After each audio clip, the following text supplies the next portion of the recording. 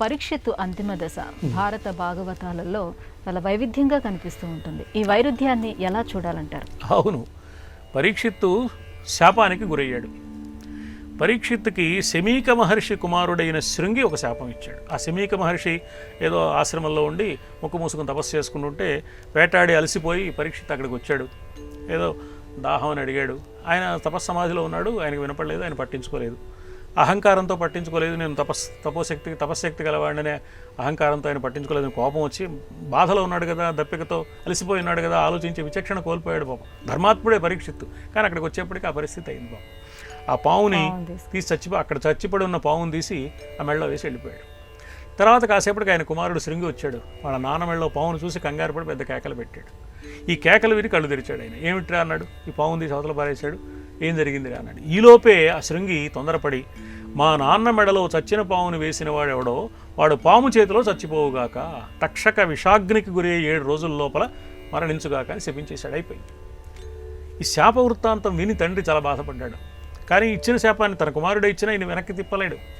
అందుకని అరెడే పొరపాటు చేసేవారా, ఏదో చిన్న పొరపాటు చేశాడు అనుకో, దేశాన్ని పరిపాలించే రాజు, ఇలా చేయడం నీకు పద్ధతి కాదు, మనం ఇలా ఆవేశపడకూడదు అని ఆయన కబురు చేస్తే జాగ్రత్త పడతాడని తెలిసి, ఇగో మా కుమారుడు ఇలా తొందరపడి శాపం ఇచ్చాడు, ఏమనుకోవద్దు మహారాజా అని తన శిష్యుల చేత కబురు చేశాడు.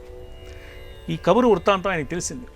పరీక్షిత్ మహారాజుకి నిజమే కదా, తప్పు చేశాను అని పశ్చాత్తాపడ్డాడు. తాత్కాలికంగా అప్పుడు బాధపడ్డా కూడా కోపం వచ్చి ఆవేశపడ్డా. తర్వాత పశ్చాత్తాపడి ఏం చేశాడు అంటే, అప్పుడు ఏం చేశాడో భారతంలో ఒక విధంగా, భాగవతంలో ఒక విధంగా ఉంది. అక్కడ మీరు అడిగిన వైవిధ్యం.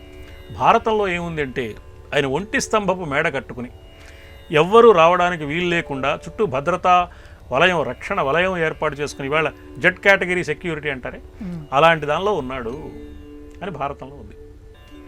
భాగవతంలో ఏముందంటే, ఆయన ప్రాయోపవేశం పొంది గంగానదీ తీరంలో కూర్చుని మహర్షులందరినీ ఆహ్వానించి, నేను 7 రోజుల లోపల మరణిస్తానని తెలిసింది, నాకు శాపాన్ని తప్పించుకోవాలనే కోరిక లేదు, ఈ కలిగిన పాప సంకల్పం ఒక మహర్షిని అవమానించాలనే పాపం నాలో ప్రవేశించిదే, ఈ పాపం పోవాలనే కోరిక ఉంది, అది పోవాలంటే 7 రోజులే నాకు అవకాశం ఉంది, ఏం చేయాలో చెప్పండి, ఏం వినాలో, ఏం తెలుసుకోవాలో, ఏం చెయ్యాలో దయచేసి నాకు అనుగ్రహించండి అని వాళ్ళని ప్రార్థించాడు.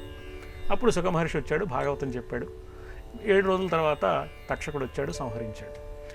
భారతంలో కూడా 7 రోజుల తర్వాత తక్షకుడు వచ్చి సంహరించాడు. ఈ ఒంటి స్తంభపు మేడలో ఇంత రక్షణ వలయంలో ఉన్నా కూడా సంహరించడం 2 చోట్ల సమానమే, శాపం 2 చోట్ల సమానమే. మధ్యలో జరిగిన సన్నివేశంలో వైవిధ్యం భారతంలో ఒక విధంగా, భాగవతంలో ఒక విధంగా ఉంది. రెండూ రాసినవాడు వ్యాసుడే.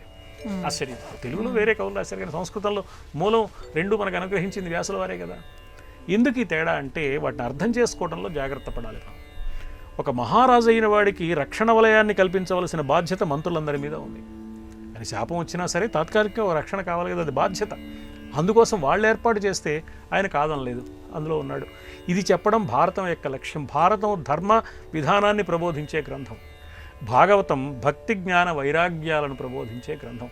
అంటే ఒకే వ్యక్తికి సంబంధించిన కథా విధానాన్ని 2 రకాలుగా మనం పరిశీలించాలి. యథార్థమైన చరిత్రగా పరిశీలించాలి, అంతరార్థంతో పరిశీలించాలి.